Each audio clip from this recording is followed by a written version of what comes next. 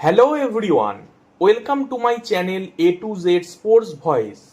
আর আজ আমরা কথা বলবো ভারতীয় ফুটবলের অচল অবস্থা নিয়ে।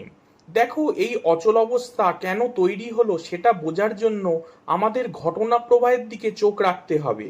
2010 সালে এআইএফএফ আর এফএসডিএল এর মধ্যে 15 বছরের মাস্টার রাইট এগ্রিমেন্ট সাইন হয়। যেই এগ্রিমেন্ট অনুযায়ী এফএসডিএল প্রতি সিজনে এআইএফএফকে 50 কোটি করে টাকা দিত যাবতীয় ফুটবল অপারেশন চালানোর জন্য। সেই চুক্তিটি এই বছর অর্থাৎ 2025 সালের ডিসেম্বর মাসে শেষ হচ্ছে। তাই এফএসডিএল এই বছর হাফ সিজনের জন্য আর আইএসএল করতে যায়নি। ফলে এআইএফএফ আর এফএসডিএল দুই পক্ষই সুপ্রিম কোর্টে যায় এবং সুপ্রিম কোর্টের অর্ডারে রিটায়ার্ড জাস্টিস এল নাগেশ্বরা রাওয়ের তত্ত্বাবধানে আইএসএল এর কমার্শিয়াল রাইটের জন্য টেন্ডার ডাকতে বলে। 5 নভেম্বর এই বিড জমা দেওয়ার শেষ দিন ছিল। পরে সেটা এক্সটেন্ড করে 7 নভেম্বর করা হয়। এখন সমস্যা হচ্ছে 4টি কোম্পানি, যার মধ্যে আরএফডিএল, ফ্যানকোড, কনসোর্টিয়াম মানে একের অধিক কোম্পানির জয়েন্ট ভেঞ্চার, আর একটা ফরেন কোম্পানি রয়েছে। তারা প্রি বিড কনফারেন্সে অংশগ্রহণ করলেও ফাইনালি কেউই বিড জমা দেয়নি, যার ফলে আইএসএল থেকে I league, IWL, RFDL, grassroot league সবকিছুরই ভবিষ্যৎ অন্ধকার। এখন প্রশ্ন হচ্ছে, কেন বিড জমা দিল না কোনো কোম্পানি? তার মূল কারণ হলো এআইএফএফ এর আরএফপি অর্থাৎ রিকোয়েস্ট ফর প্রপোজালের শর্ত বা টার্মস। ফার্স্টলি, যেখানে বলা আছে গভর্নিং কাউন্সিলের 6 জন সদস্যের মধ্যে 5 জন এআইএফএফ এর হবে আর একজন হবে কমার্শিয়াল পার্টনারের। টাকা দেবে, আবার কমার্শিয়াল পার্টনারের সেও থাকবে না, তা তো হবে না। Secondly, relegation issue. কমার্শিয়াল পার্টনাররা রেলিগেশন চাইছে না।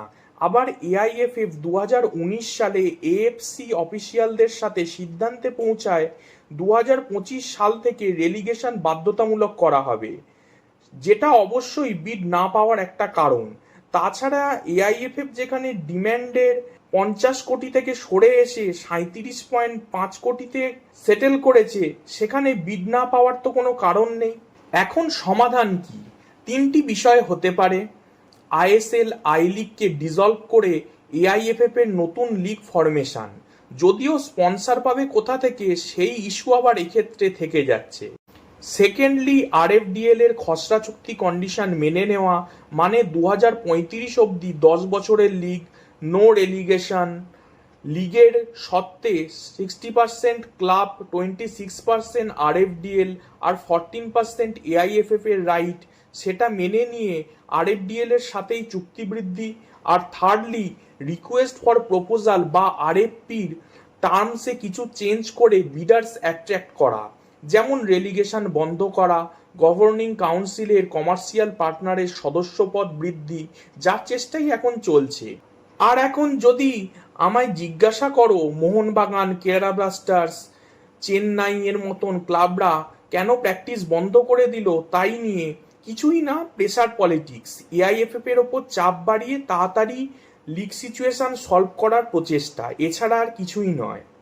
ভিডিওটি যদি তোমাদের ভালো লাগে, তোমরা সাবস্ক্রাইব করো, লাইক করো, কমেন্ট করো, শেয়ার করো।